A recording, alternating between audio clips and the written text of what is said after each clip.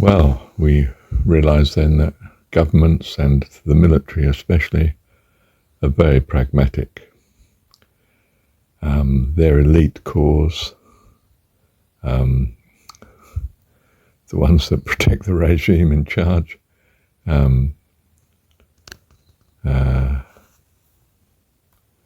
special ops people and so on, they're dedicated to the war.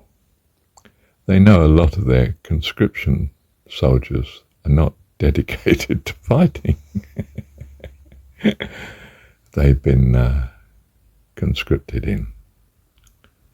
And, okay, technically the officer's got a pistol. He can shoot the person who doesn't respond to orders in a battle situation. And the conscript knows this. And he hates the war.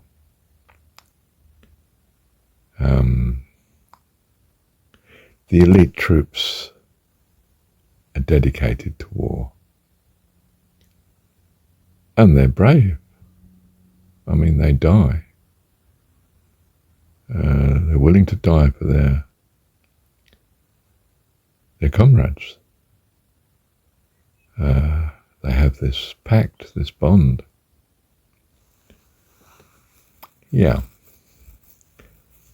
So the reality is that societies accommodate a wide variety of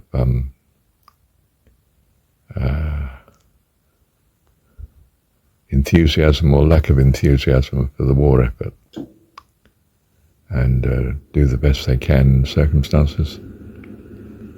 And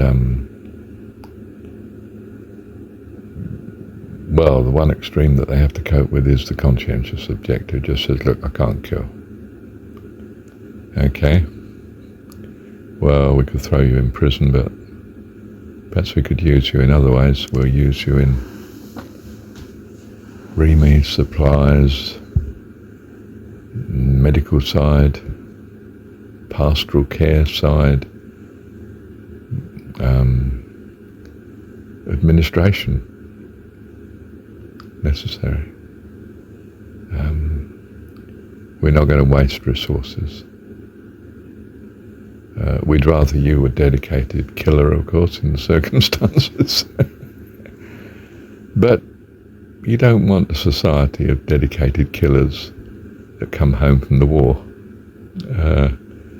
That's a very difficult situation to cope with, because they are the ones that are willing to lead a revolution if your society is considered to be no better than the one they were fighting.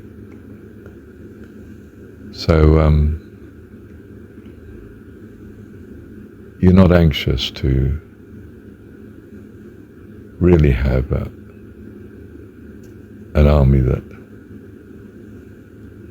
is happy to kill on command, just one that can be pushed to, if necessary, in the circumstances, or the best you can settle for in a very pragmatic way. And they do value their elite troops by named definition, elite, as being the ones who are really the fighting essence of what's needed in a war situation. But you need peacemakers as well. You need negotiators. They may not look very peaceful, especially if they're the enemy, but a peaceful solution can be pragmatically a very good option for secular states and religious ones in very difficult situations. And wars throw up extremely difficult situations. So, in this case, happily, the situation's not as crisply black and white as we might conceive it as. Thank goodness. Thank you, Heavenly Dad.